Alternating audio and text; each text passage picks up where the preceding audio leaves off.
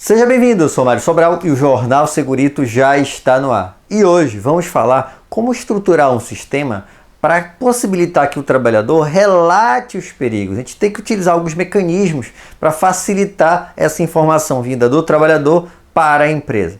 Porque, como você sabe, a identificação dos perigos e a avaliação de risco é algo que tem que ser constante, né? Seja lá na 18.001, seja na 45.001, agora na nova NR1, todo o tempo fala, é o tempo todo. E boa parte dessa informação vem dos trabalhadores.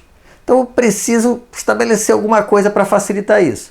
E aqui eu listei alguns itens que podem nos ajudar. Primeiro, o óbvio, né? O trabalhador deve ter a possibilidade de relatar os perigos identificados de forma verbal. Apesar de ser óbvio, nem sempre isso é fácil na empresa. Então, ele pode relatar para quem? Então, ele pode relatar para a segurança do trabalho? Não, mas ele pode relatar, por exemplo, para a liderança, porque a segurança do trabalho nem sempre vai estar em todos os setores, vai poder percorrer, se for uma empresa muito grande, percorrer todos os setores todos os dias. Tem um trabalhador que fica num ponto mais distante. Então, pode acontecer de eu ter pouco contato com esse trabalhador. E às vezes o líder dele é uma pessoa de mais fácil acesso. Professor, mas não seria melhor que fosse no papel, coisa e tal? Tem trabalhador, como qualquer pessoa, que vai ter mais dificuldade de escrever no papel o que ele quer.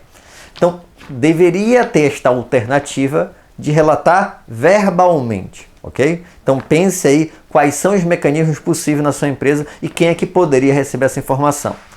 A segunda forma é um programa de sugestão aberto. Então, o mais comum que você vê em algumas empresas é uma caixinha de sugestões, né?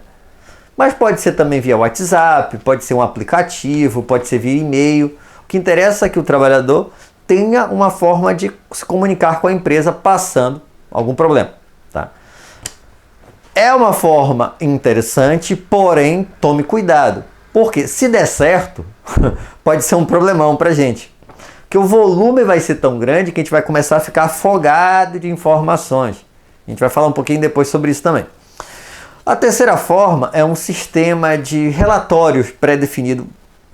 É um pouquinho diferente do anterior. Na caixa de sugestões, o trabalhador viu um problema, ele anota, coloca lá e ok. Nesse terceiro sistema aqui, que seria um sistema de cartão de relatório, eu já vi em empresas fichas que ficam em determinados lugares, eu já vi através de aplicativo e tudo mais. Qual a diferença? Nesse caso, vai ter lá mais estruturado. O trabalhador vai ter que colocar qual o local, qual o perigo exatamente, quais são as consequências na opinião dele. Então está mais estruturado, fica mais fácil a recepção dessa informação no setor de segurança do trabalho. Tá? O que mais que a gente pode fazer? Um programa de busca de perigos. Eu lembro que eu trabalhei numa empresa que a gente tinha o De Olho na Segurança, que eram inspeções setoriais. Era uma forma, tá? Por meio de auditorias dos trabalhadores. E essa auditoria a gente pode fazer via CIPA, que é uma ferramenta possível e ok, via CCQ, não sei se você já ouviu esse termo, Círculo de Controle de Qualidade, ou Kaizen. Vou começar pela CIPA, depois eu falo sobre os outros dois. Então, numa empresa que eu trabalhei, não foi mérito meu, o presidente da CIPA era muito bom. E o que ele estabeleceu? Ele estabeleceu que semanalmente ele pegava, sei lá, 3 cipeiros essa semana. Esses 3 cipeiros teriam um determinado setor que ia lá inspecionar e fazer um relatório. Na semana seguinte, sei lá, 3, 4 cipeiros iam em outro setor e assim revezando. Aí você vai dizer, o pessoal da CIPA aqui não está nem aí, não vão fazer isso não. O problema é que você quer que ele trabalhe sem dar tempo disponível. Nessa empresa especificamente, eles estavam liberados daquele horário para fazer essa inspeção. Então percebe que é diferente. Você tinha um tempo disponível para fazer a inspeção e fazer o relatório. Agora você querer que ele esteja trabalhando e em paralelo faça outra coisa é mais difícil. Então uma forma é essa. Em relação ao CCQ e Kaizen,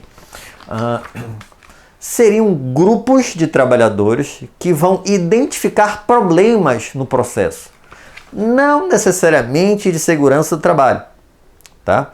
Só que o que eu faço? Eu sempre me disponibilizei para dar treinamentos, principalmente na parte de ergonomia para esse pessoal. Por quê? Porque eles estão tentando identificar melhorias para o processo. e ergonomia ajuda muito no processo. E o que estimula eles?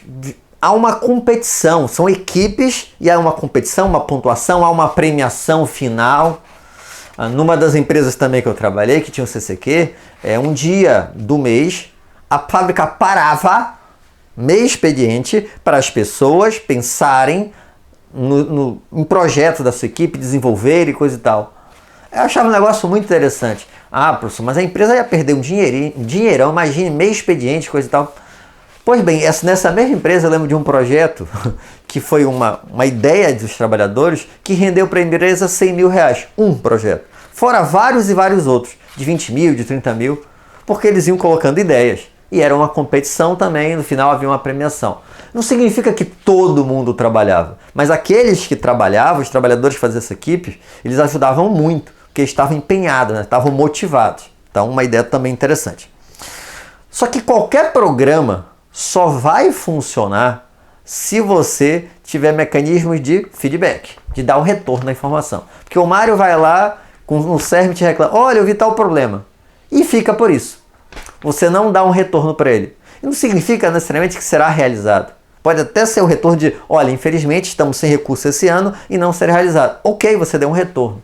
O problema é que às vezes chega a informação no CERMIT ou o setor que é responsável e essa informação fica lá. E esse trabalhador não tem resposta. E não só dá resposta, num tempo adequado. Eu vou dar resposta daqui a 6 meses. Então, se você vai fazer um sistema desse, de facilitar essa comunicação do trabalhador para a empresa em relação à identificação de perigos, por exemplo, gente, precisa estar estruturado antes. Porque se você não consegue passar essa informação em tempo hábil, o que vai acontecer? Os trabalhadores deixam de informar. Eles não estão tendo retorno, ele não sabe o que está acontecendo. Eu falo lá, não acontece nada, então tome cuidado em relação a isso. O que mais que a gente tem que tomar cuidado? Na verdade, aqui não é tomar cuidado, é uma ação que é importante, é treinar os trabalhadores. Já que eu quero que eles identifiquem perigos, o ideal seria que eu auxiliasse eles em relação a isso. Quanto mais informações eles tiverem, melhor. Então, DDS, CIPA, CIPAT e tudo mais. Só que algumas coisas que a gente pode utilizar. Primeiro, estabelecer, por exemplo, nessa empresa que tinha de olho na segurança, havia um formulário específico para aquela empresa, mas nesse formulário os trabalhadores usavam aquilo como critério para inspeção. E aí, com um trabalhador um pouquinho mais experiente do setor, coisa e tal, eles conseguem identificar os problemas. Okay? Outra forma é, às vezes, fazer revisão de documentos semelhantes de artigos, livros, de outras coisas externas. Aí você vai falar, professor, você está brincando. Tu acha mesmo que o trabalhador vai querer buscar informações externas para saber se na empresa tem o mesmo problema? Vai! Lembra lá do CCQ do Kaizen? É uma competição, há uma motivação, há uma premiação. O cara tem interesse. Tá? Então, dependendo de como você faça, vai funcionar sim. O que mais?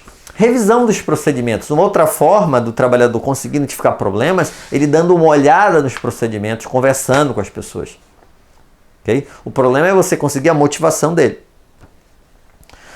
E também tem outras formas. Por exemplo, na hora que o trabalhador sabe que determinado equipamento é mais perigoso e ele vai lá na manutenção e verifica que não existe uma manutenção preventiva daquele equipamento, ele pode indicar isso como sendo um problema, porque se aquela máquina que é de alto potencial de problema lá, que pode causar um dano, um acidente muito grave, não tem nada de manutenção, só quando quebra, isto é sim uma indicação de perigo. E essa informação seria importante chegar na segurança do trabalho. Outra coisa que é básica também, os trabalhadores receberam equipamento de proteção individual, mas eles sabem utilizar esses EPIs, eles sabem as limitações, coisa e tal, estão usando diariamente. Então, essa inspeção dos EPIs, que é feita pelo profissional de segurança, mas às vezes não é registrada, também é uma forma interessante de identificar. Então, percebe que tem muita coisa que pode ser feita e na hora que você orienta esse trabalhador, que você disponibiliza tempo para esse trabalhador, vai ter retorno. E lembra que eu estou falando para você fazer junto com o processo. Então, ele vai identificar problemas de segurança, mas também problemas do processo. E na hora que você implanta um sistema desse, CCQ, de Kaizen, ou mesmo uma CIPA bem estruturada, vai ter um apoio muito grande para a segurança do trabalho. Só lembre, vou insistir, de se estruturar para poder dar o feedback. Não adianta de nada você receber um monte de informação e não dar o retorno para esse trabalhador. E como você sabe, todo vídeo tem indicação do livro. E hoje vou indicar o livro TED Talks, o guia oficial do TED para falar em público. O autor, Chris Anderson, e a editora é Intrínseca. Não sei se vocês já assistiram vídeos do TED. São vídeos curtinhos, em torno de 20 minutos, um pouquinho menos. E a ideia é passar uma informação com qualidade, atraente, para manter a atenção do espectador.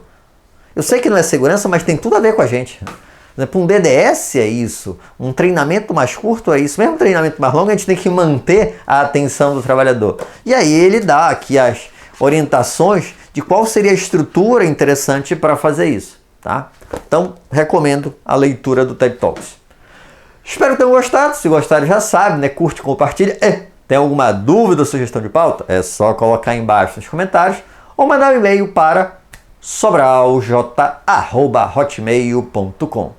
Um abraço e até o próximo programa.